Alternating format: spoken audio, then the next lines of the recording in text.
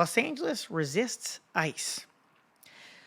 So, last month, protests raged against a recent rise in publicized and aggressive ICE raids on undocumented people. People have been mobilizing around immigration courts and even disrupting ICE transport vehicles, all in a spontaneous effort to prevent ICE from ripping apart families and kidnapping their community members.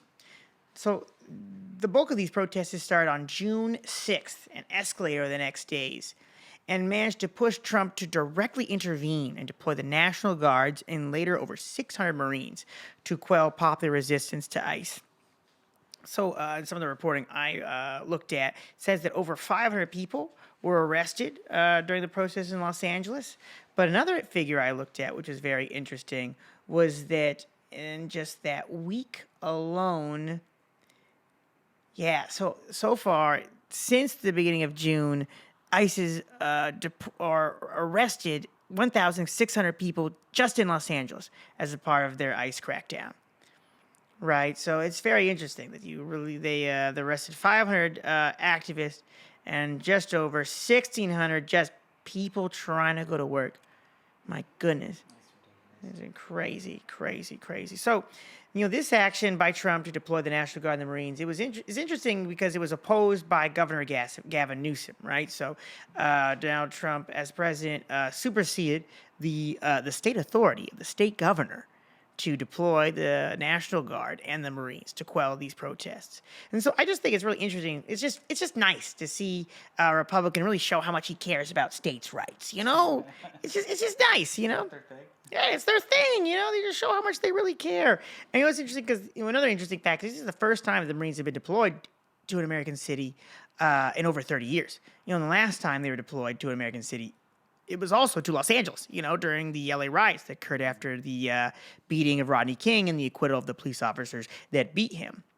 And so what I think is interesting is this period, this resistance is not nearly at the level of destruction seen during the LA riots. No, not nearly. Whole sections of the city were totally just leveled by a lot of that ongoing fight. And there's like this level of chaos, it's not unrivaled by what's going on. So why did President Trump, why did he choose to do something so extreme then? It's like, well, I think it has to do not with the size, but with the aim of this resistance. These people had very specific aims and targets in these actions, and they directly opposed the current administration's policy. And they, to a degree, were able to prevent that policy from being implemented. And so I think this is what the state really does not like, right? Obviously, they don't like monumentous destruction of private property, but they really don't like when you fuck with their plans, right? And so the fact that people were able to consciously fuck with their plans, it really caused them to, call in the Marines and the National Guard. And so we saw, for our own perspective in this, we've seen smaller demonstrations and solidarity rallies in the Bay Area. I think the first night of solidarity demos in San Francisco saw about 100 people cited and released. One report that was interesting that about a man who was detained in Concord and his transportation van was stopped by activists in San Francisco on the way to the immigration court. Ultimately, the van made it through the impromptu blockade. We can clip that and share it with y'all later. It's very interesting. And I believe some of the activists were cited from there.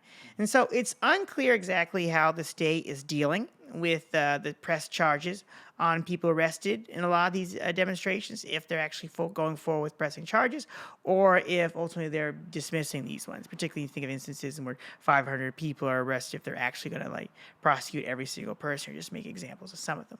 Mm-hmm. So, Dale, you were telling us one interesting story about a man who was totally documented and still ICE fucked with him. Yeah, so there was a no-knock raid on a resident in Huntington, California.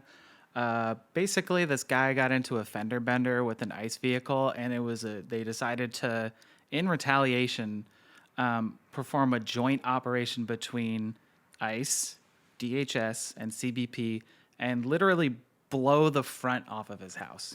Blow the front door open when his wife and kid were just inside. His daughter was right next to where that happened. It's pretty insane. And the guy ended up, later that day, he ended up surrendering himself to the authorities, and I'm pretty sure they released him later that day too, because, even though they were trying to play it up, it's like, oh, well, this guy did this intentionally, and he was trying to, mess with, a federal vehicle, which has like federal charges and that sort of stuff. Like they didn't really have anything on him, other than he ran into a vehicle, which like people get into fender benders all the time. And I think that's like really indicative of how emboldened a lot of these agencies are feeling, just how law enforcement is feeling in general. I mean, kind of like a side point, like recently it was like the 4th of July weekend, and in the Mission District, there's always like this huge fireworks celebration where there's tons of people launching off fireworks, goes well into the night. The cops showed up at like 11 a.m. and cleared that shit out, and that's like unheard of. Like, sorry, 11 p.m. That's still pretty fucking early for fireworks on 4th of July. Damn, okay. But, that's how a lot of law enforcement is feeling right now, And I think, like, there's a lot to learn from this present moment, despite the fact that they're feeling particularly emboldened in this moment.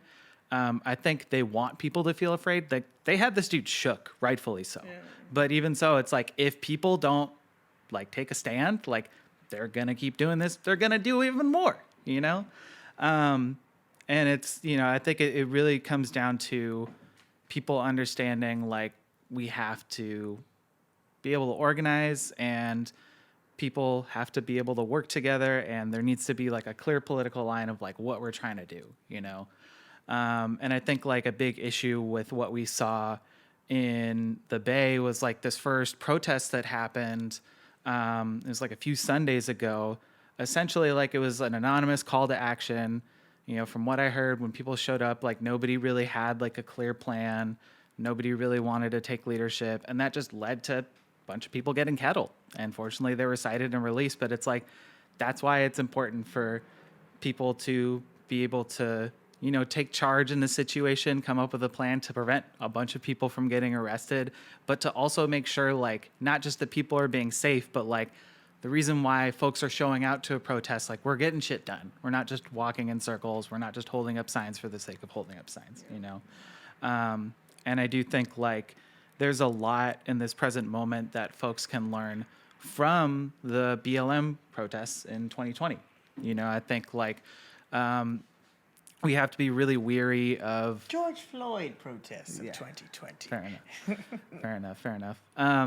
Yeah, we have to be really weary of these different forces that caused, things to end up the way that they did. Like, I was talking with somebody about this yesterday, The reason why a lot of things ended up the way that they did was the fact that folks who were really trying to take charge in that movement at the time were really trying to funnel people back into the Democratic Party and these NGOs. A lot of the line had to do with this idea that we would just be able to defund the police and put more money into social services, put more money into things that cause these systemic problems at the root.